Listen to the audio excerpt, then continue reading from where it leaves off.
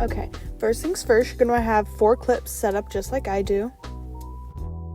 After that your tiles and motion blur are enabled. The exposure is optional, I just like to add a little flash on. This part is optional, I'm just making a little zoom out so the transitions look better when I preview them. You can either do this or skip it, it's up to you.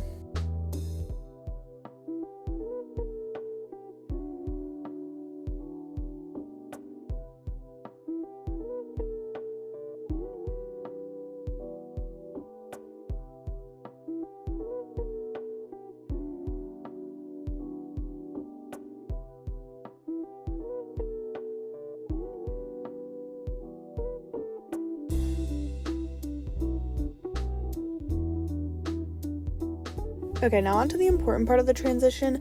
You need 3 of your clips cropped very skinny like I have my photos. So you can go into PicsArt and do that, or you can manually do it in alight motion. So whatever you prefer. I just went to PicsArt and did it. What I'm doing is I'm searching up the wipe effect, and I'm going to add that onto my first clip. And I'm going to change the angle to 90 degrees. And I'm going to keyframe start from 100% to 0%. Then just copy my graph.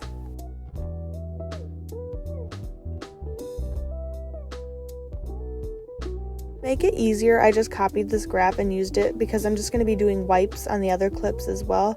So for this second clip, just add on wipe again, angle it at 90 degrees, and then keyframe end from 0% to 100%, and then just paste on the graph that you copied.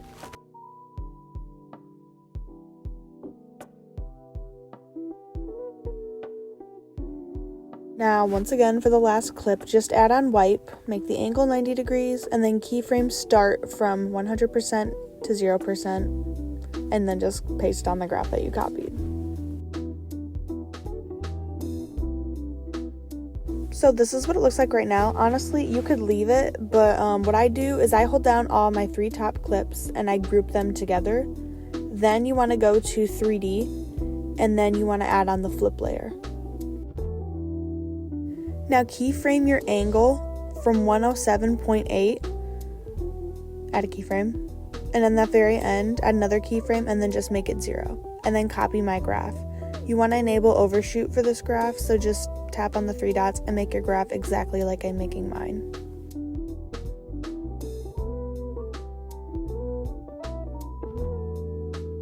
Now you want to select axis, add a keyframe, make the value 68, and then at the end of the group, add another keyframe and make the value 231. You do not need a graph for this part. And you could just keep it like this, but to make it look more fancy, I added on a light sweep and a drop shadow, which is what you can see I'm doing here. I'm going to go to procedural and add on stripes. Make sure that you turn the count down to like just 1 and make the color white so that your light sweep almost looks like just a little sliver of silver. Now, I'm not going to say the exact values because I honestly just wing it and mess around with it until I get it to the way that I like it.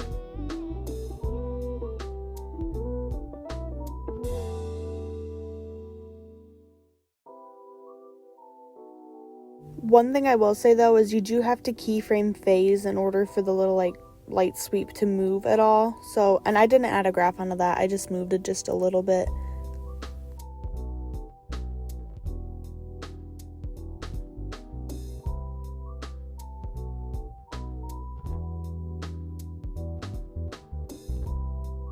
So this is what it should end up looking like once you're done. As you can see, I just go back in and adjust the light sweep just a little bit. Now just select border and shadow and go to shadow and just enable it, and that just helps it like tie the transition together. I really love this transition and I love that it is free. Okay, so for this next transition, make sure you have your tiles and your motion blur enabled. Once again, the exposure and the zoom out are optional. I just do that to make the clip look better. So you want to go to the spin panel, add 2 keyframes, and on the second one, make it about -230, and then just go ahead and copy my graph.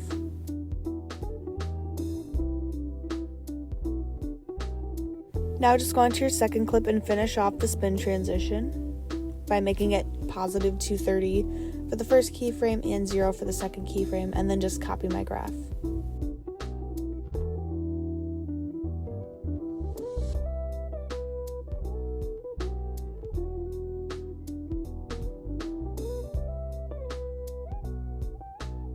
Okay, so now you want to go to add effect and then add on pinch and bulge. Make sure to increase the radius, otherwise this will look just kind of dumb. So keyframe it from 0 and then make it the strength negative whatever percentage you want. I just made it like about 100, pretty close to the end. Then just copy my graph. As you can see, it kind of pinches out as it spins. I really love the look of that. Now this part is optional, but I'm just adding on saturation and I'm keyframing it from 0 to negative 100 just so it kind of tints the clip as it's moving. I really like the look of that. Now on your second clip, add on circular ripple. Make the frequency 1 and turn the radius, the maximum will go 0.8. Now the strength, I kind of just wing it. I made mine about 400 to 0, and then I just made this graph right here. Just go ahead and copy it. Now I'm just finishing off that saturation transition, so I'm just going to keyframe it from negative 100. First keyframe and the second keyframe at the end of the clip down to 0. And this is what the final transition should look like once it's complete. Okay, to start off, just make sure you have your motion blur and your tiles enabled. Now go to the distortion and warp category and add on squeeze. Now on the first keyframe at the beginning, make it 0, and on the second keyframe at the end, make it about negative 0.55.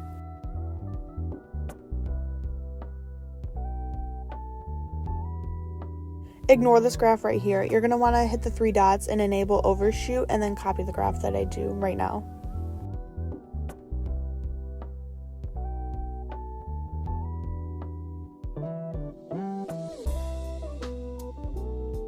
So now you're going to want to go on to move and transform and to the scale category and just tap the little infinity symbol in the middle.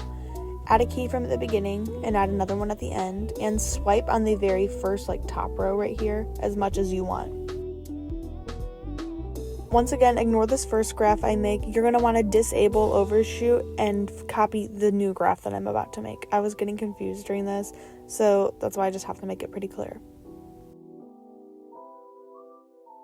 Now go on to your second clip, add on the effect squeeze again, and just keyframe the values opposite. So this time we're going to make it positive 0.55, and then on the second keyframe make it 0, and then just go ahead and copy my out graph. You want to enable overshoot for this, and then just copy the graph.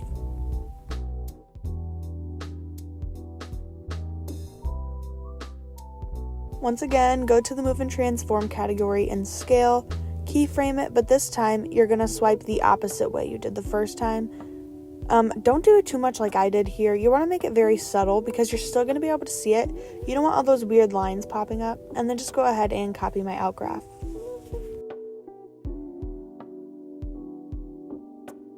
Next, add on a rectangular shape, or just whatever shape honestly, and change the color to whatever you prefer. I made mine dark red because that's kind of what associates with this type of transition, so I just made mine dark red, and then I split it so it was the same length as my other clip.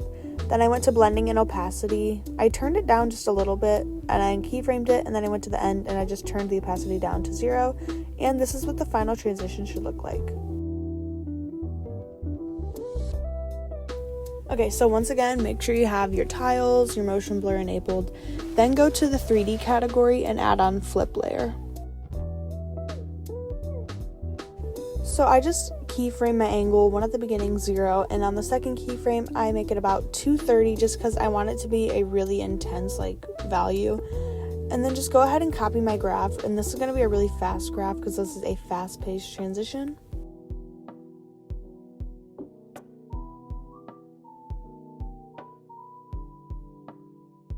Now just go on to your second clip and finish off that flip transition. On the first keyframe, I actually made it about negative 320 just because I wanted it to be really intense. And then on the second keyframe, obviously I made it 0. And I made my out graph very fast as well because I kind of want the photo to swing after it's done, like that. And right here, I tried to add a little fade next to my clips to make it look more smooth. This is optional. I don't know if it actually worked or not, but yeah.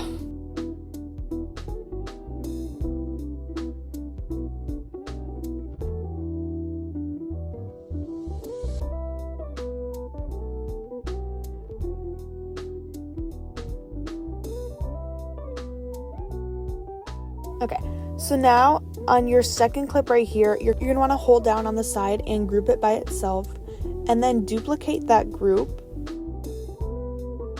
Now, on the top layer only, just zoom in the photo as much as you want. I zoomed it in a lot, so just don't do that. And then I just added on saturation all the way to tint it. Now I went to blending and opacity. I added on a keyframe. I went about halfway in my clip and I turned the opacity all the way down. This kind of makes for like a ghost effect, and I really like the look of it. And yeah, this is the last transition.